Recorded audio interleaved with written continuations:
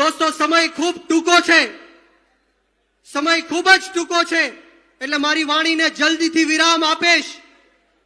પરંતુ આ ભ્રષ્ટાચારી ભારતીય જનતા પાર્ટીને એવું લાગતું હતું કે આ ખેડૂતો સાથે અન્યાય કરશું, ખેડૂતો સાથે અત્યાચાર કરશું, લાઠીચાર્જ કરશું, ટીયર ગેસો છોડશું, ઘરમાં ઘૂસીને માતાઓ બહેનો ઉપર હુમલા કરશું, એટલે આમ આદમી પાર્ટી વાળા ડરી જશે, બી જશે.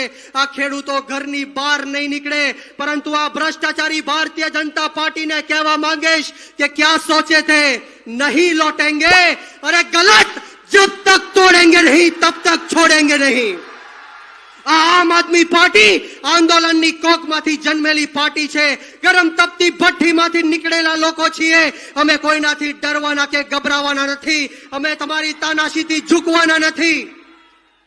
જે ક્રાંતિકારી યોદ્ધાઓ અત્યારે જેલની અંદર છે, રાજુભાઈ કરપડા, પ્રવીણભાઈ રામ, રમેશભાઈ મેર, પિયુષભાઈ પરમાર, રાજુભાઈ બોરકથરિયા, એમને અને એમના પરિવારજનોના ચરણોમાં હું નતમસ્તક વંદન કરું છું. અને એટલી જ વાત કહીને મારી વાણીને વિરામ આપીશ કે આપણા ભારત દેશનો ઇતિહાસ એવું કહે છે કે જ્યારે જ્યારે પણ આ દેશની અંદર ક્રાંતિ થઈ છે, ત્યારે ત્યારે આ દેશના ગરીબ ખેડૂતોના દીકરાઓએ ક્રાંતિ કરી છે.